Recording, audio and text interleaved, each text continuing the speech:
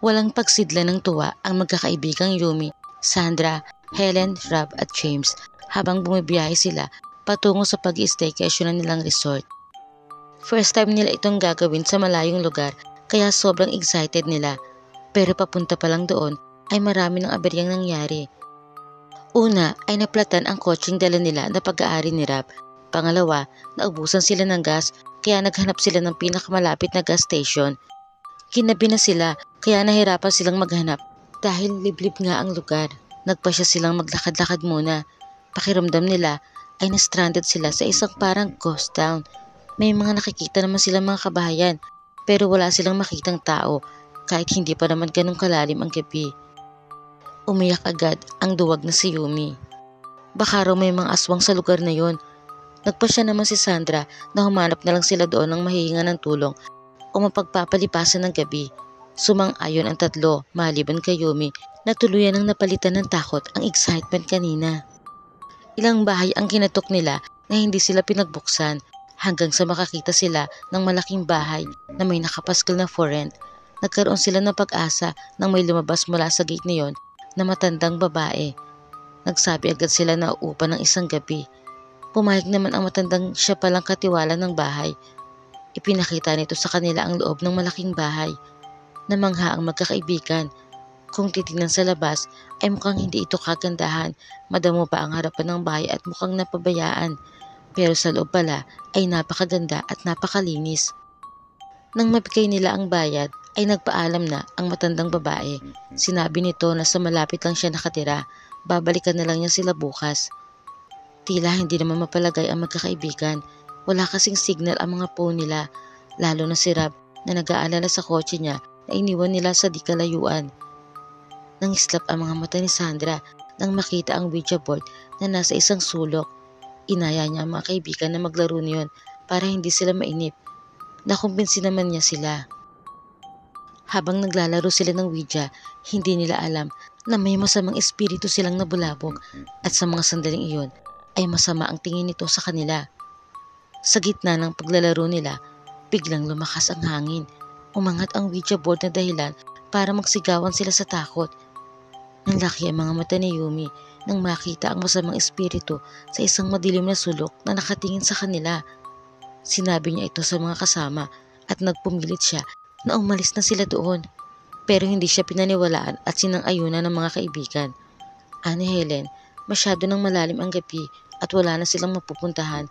Si Helen ang sinang-ayunan ni na Sandra, Rob at James kaya walang nagawa si Yumi kundi manatili na lang din doon.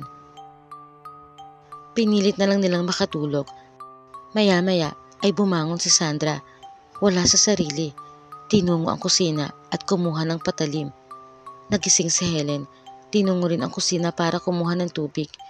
Ngunit nabigla siya nang biglang lumitaw si Sandra at tutukan siya ng patalim sa lieg. Nagmakaawa si Helen at inamin na siniraan niya si Sandra para mapunta sa kanya si James.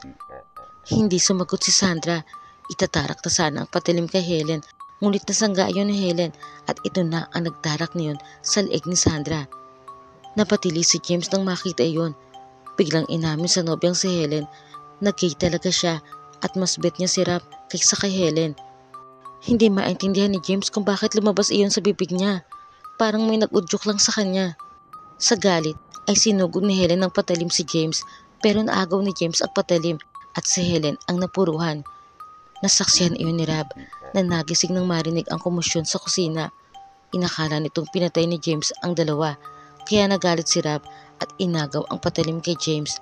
Tila wala rin siya sa sarili. Inundayan ito habang binubuhos ang lihim niyang galit dito dahil mahal niya si Sandra pero mahal pa rin nga ni Sandra si James na inagaw lang ni Helen. Hindi naman makapaniwala si Yumi sa nangyayari. Ramdam ni Yumi na tila may malakas na puwersang nag-uudyok sa kanya para agawin ang patalim kay Rob at ilabas din ang lihim niyang sama ng loob sa mga kaibigan dahil batid niyang maliit at mahinang nilalag ang tingin ng mga ito sa kanya.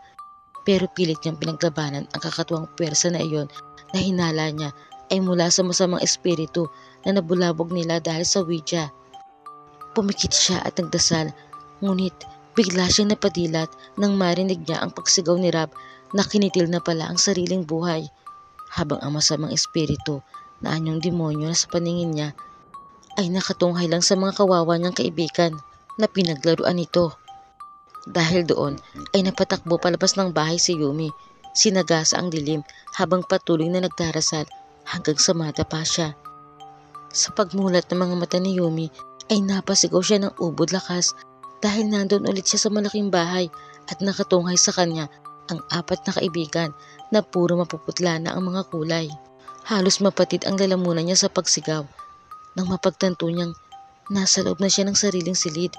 Kinigising siya ng kuya niya dahil nananaginip daw siya. Tinanong niya kung paano siya nakauwi. Sabi ng kuya niya ay hinatid siya ng mga kaibigan. Biglang nag-hysterical si Yumi at sinabing patay na ang mga ito. Humugot ng malalim na buntong hininga ang kuya niya at sinabi na nananaginip lang siya. Ngunit ng araw ding yun ay nakumpirma niyang wala na nga ang mga ito. Isang patunay na hindi pa naginip ang mga nangyari. Ganoon na lang ang tili niya nang makita ang Ouija board sa ibabaw mismo ng kama niya.